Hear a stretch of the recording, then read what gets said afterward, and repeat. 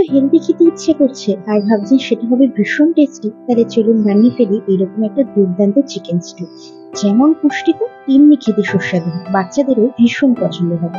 তো তার জন্য কিছু সবজি লাগবে। সবজিতে নিয়েছি বিনস, টমেটো, ক্যাপসিকাম, গাজর, পেঁপে, পেঁয়াজ, আদা, রসুন আর আলু। এগুলোকে বেশ বড় বড় টুকরো করে কেটে নিয়েছি। আর নিয়েছি কিছুটা পরিমাণ চিকেন। এবার কড়াইতে কিছুটা পরিমাণ তেল আর বাটার গরম করে নেব। আপনি চাইলে এটা পুরোটাই বাটারে করতে পারেন।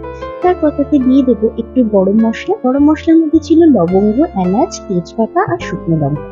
তারপর দিয়ে দেবো একটু রসুন কুচি। রসুনটা হালকা ফ্রাই হলে সুন্দর গন্ধ ছাড়লে দিয়ে দেবো চিকেনগুলোকে কিছুক্ষণ রসুনের সাথে ভাজা করবো। একটু কালারটা চেঞ্জ হয়ে আসলে দিয়ে দেবো কেটে রাখা আলু, পেঁপে আর সঙ্গে দেবো গাজর। এবার এগুলো কিছুক্ষণ ভাজা করবো, কারণ আলু, গাজর, পেঁপে একটু সেদ্ধ হতে টাইম নেই।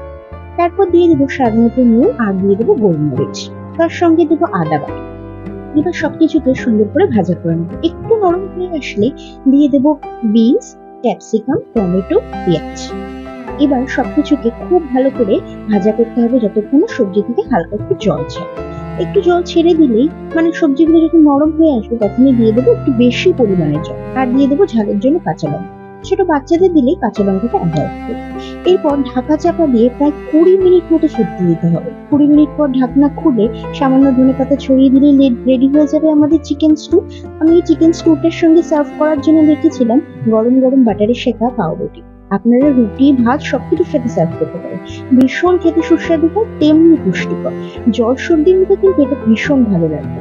রেসিপিটা যদি আপনাদের খুব ভালো লাগে আমাকে কমেন্টে জানাবেন। লাইক শেয়ার করতে কিন্তু ভুলবেন না। দেখা হবে অন্য একটা ভিডিওতে অন্য একটা রেসিপি নিয়ে।